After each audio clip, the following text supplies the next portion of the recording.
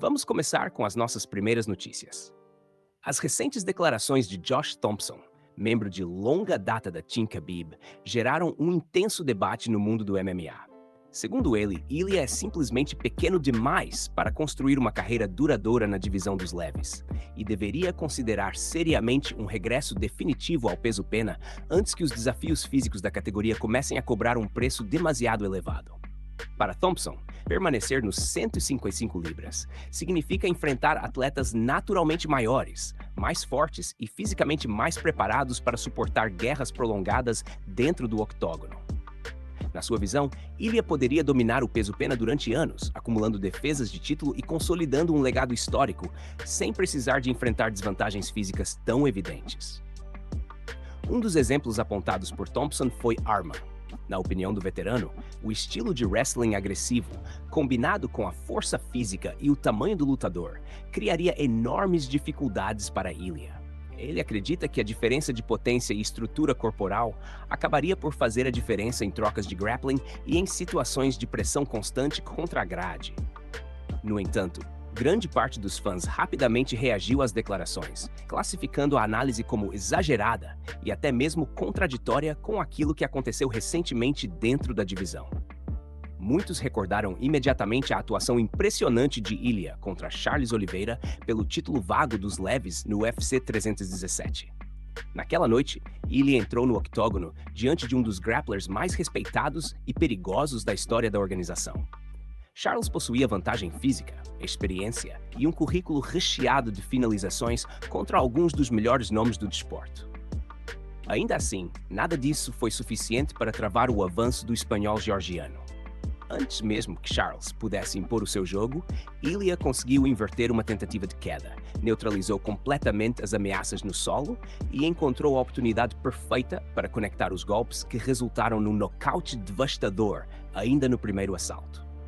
Thompson reconhece que Ilya pode derrotar alguns desses adversários maiores, mas acredita que o preço pago em dano acumulado será demasiado elevado ao longo dos anos.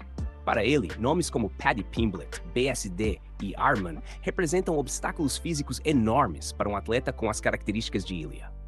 Apesar disso, os apoiantes do antigo campeão dos penas continuam convencidos de que Ilya já provou que talento, técnica e precisão podem superar diferenças de tamanho consideradas intransponíveis por muitos especialistas. Vamos passar para outras notícias. As discussões sobre a decisão de Ilya subir para os leves continuam a dominar o universo do MMA, especialmente depois das recentes declarações envolvendo Dana White e os acontecimentos que se seguiram à derrota diante de Justin.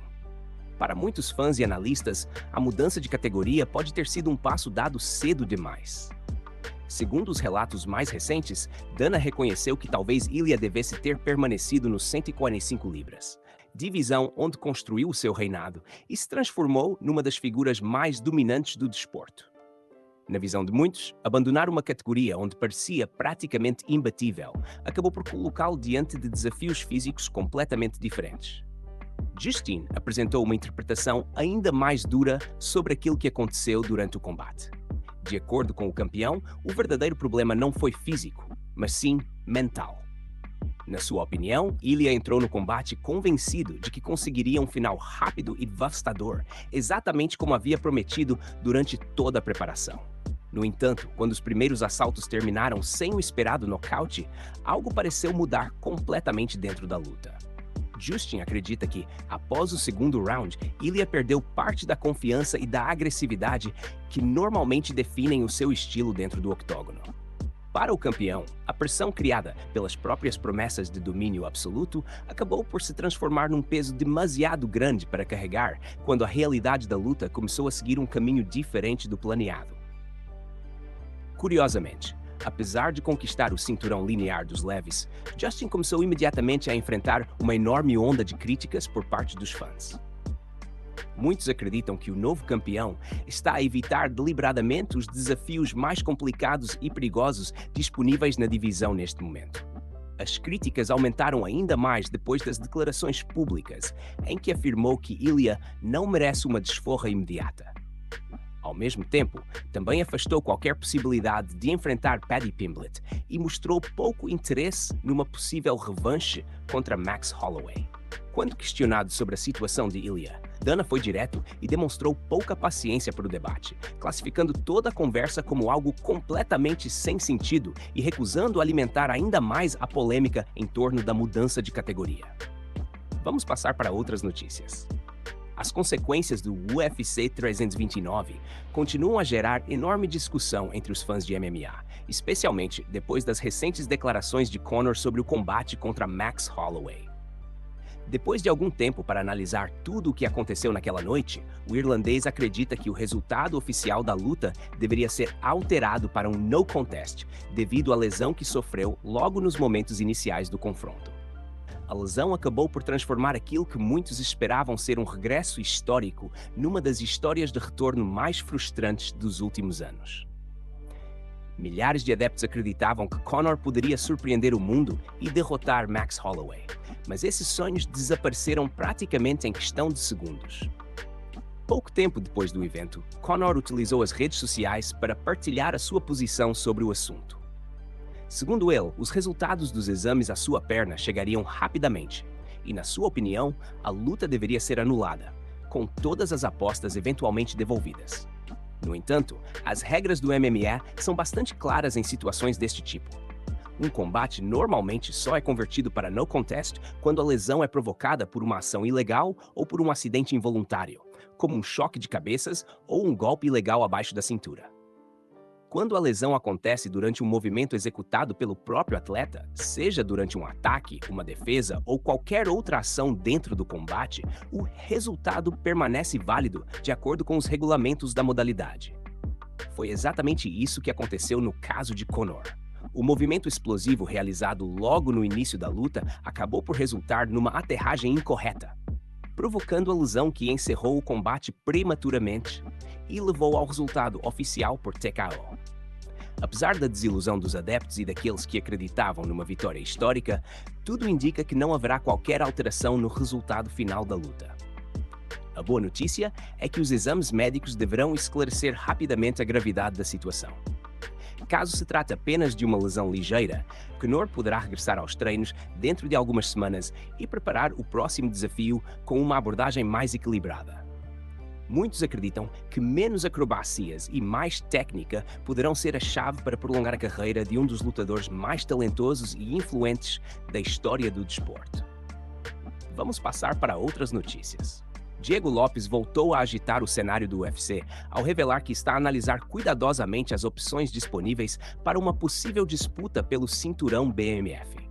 No entanto, aquilo que realmente surpreendeu os fãs foi o nome escolhido pelo brasileiro para entrar nessa conversa. Durante uma discussão sobre potenciais adversários para uma luta de enorme dimensão, Diego mencionou inicialmente a possibilidade de enfrentar Charles Oliveira, mas rapidamente lançou uma alternativa que poucos esperavam ouvir naquele momento. O nome apresentado foi Arman. A simples referência ao principal candidato da divisão dos leves foi suficiente para gerar uma enorme reação entre os adeptos, já que Arman é atualmente visto por muitos como um dos lutadores mais completos e perigosos de toda a categoria. Ao citar Arman como uma possibilidade real para uma disputa do título BMF, Diego deixou claro que não está interessado em atalhos nem em adversários escolhidos pela conveniência. Pelo contrário, o objetivo parece ser enfrentar os nomes mais temidos e respeitados da organização. A mensagem enviada pelo brasileiro foi bastante direta. Se a oportunidade surgir, ele pretende testar-se contra a elite absoluta do UFC e provar que pertence ao mais alto nível da competição mundial. Uma eventual luta entre Diego e Arman apresentaria um contraste extremamente interessante de estilos. De um lado, estaria a agressividade constante, a pressão e a criatividade ofensiva de Diego. Do outro lado, surgiria a combinação de wrestling, controle e resistência física que transformou Arman numa das figuras mais difíceis de enfrentar na atualidade. Independentemente de a luta acontecer ou não, o simples facto de Diego mencionar esse confronto demonstra a dimensão das suas ambições dentro da organização. Enquanto isso, a divisão dos leves continua a viver um dos períodos mais competitivos e imprevisíveis dos últimos anos, com vários atletas a disputarem posições importantes na corrida pelos maiores combates da categoria.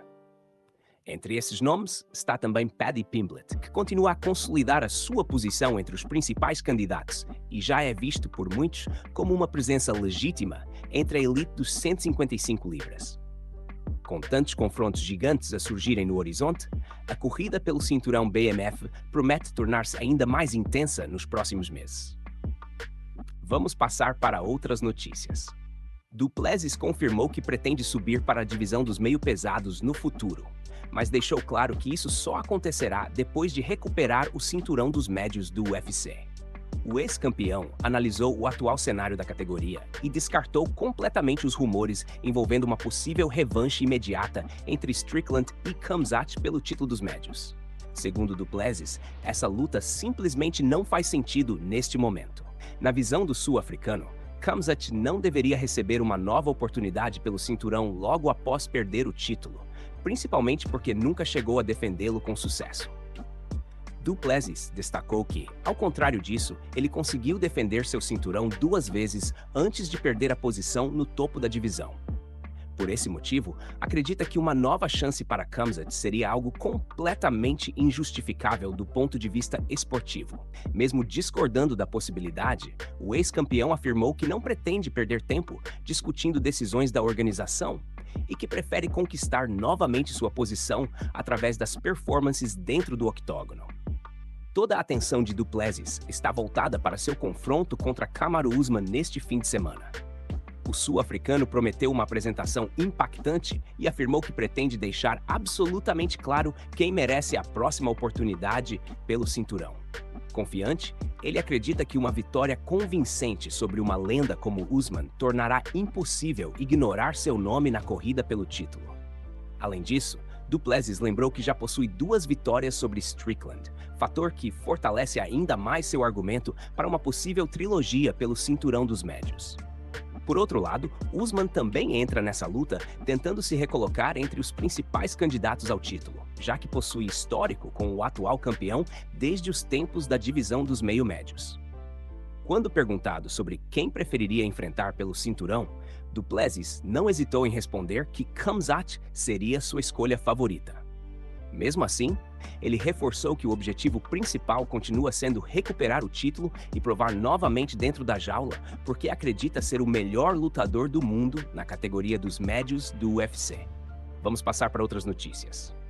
Paddy Pimblett continua a surpreender o mundo do MMA e acaba de receber uma das maiores recompensas da sua carreira dentro do UFC. Depois da impressionante vitória por finalização em apenas 52 segundos sobre Benoit Saint-Denis no UFC 1329, o britânico protagonizou uma enorme subida nos rankings da divisão dos leves. Durante muito tempo, vários críticos questionaram se Paddy realmente pertencia à elite da categoria. Mas os resultados recentes começaram a silenciar muitas dessas dúvidas. O inglês aproveitou o momento e subiu rapidamente na classificação, ocupando agora oficialmente a 5ª posição tanto nos rankings da imprensa como nos rankings internos da organização.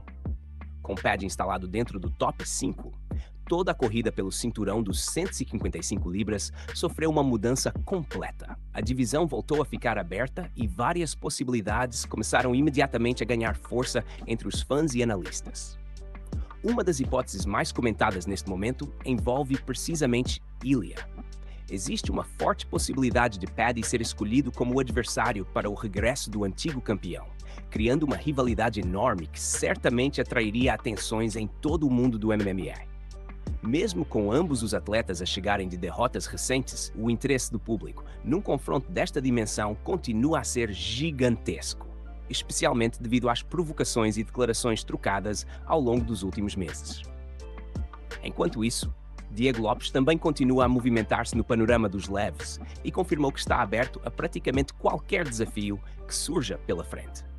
O brasileiro deixou claro que pretende enfrentar os melhores nomes disponíveis e não pretende limitar as suas opções.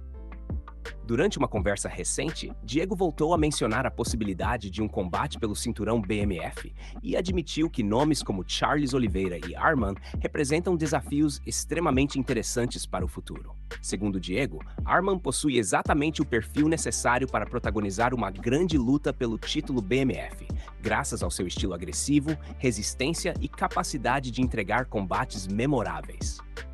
Quando questionado sobre uma possível disputa por título antes do final de 2026, Diego reconheceu que no peso-pena essa oportunidade parece bastante improvável neste momento.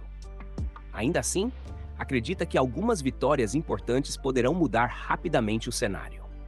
Ao mesmo tempo, Dana White admitiu recentemente que permitir a subida de Ilia para os leves pode ter sido um erro, reacendendo novamente o debate sobre o futuro da divisão. Vamos passar para outras notícias. As comparações entre diferentes gerações continuam a dominar as conversas no mundo do MMA, mas poucas declarações causaram tanto impacto recentemente como as palavras de Firas Zahabi sobre o lendário Khabib e a sua posição na história do desporto.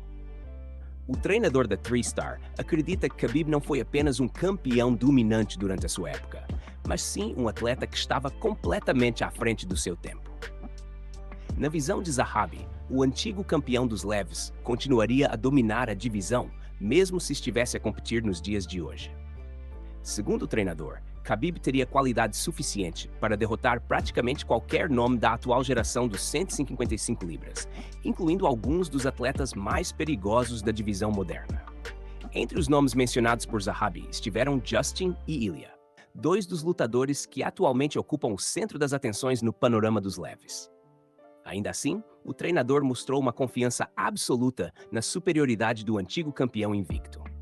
Para Zahabi, Khabib derrotaria Justin mesmo nos dias atuais, independentemente da evolução técnica da divisão ou das mudanças que o desporto sofreu ao longo dos últimos anos.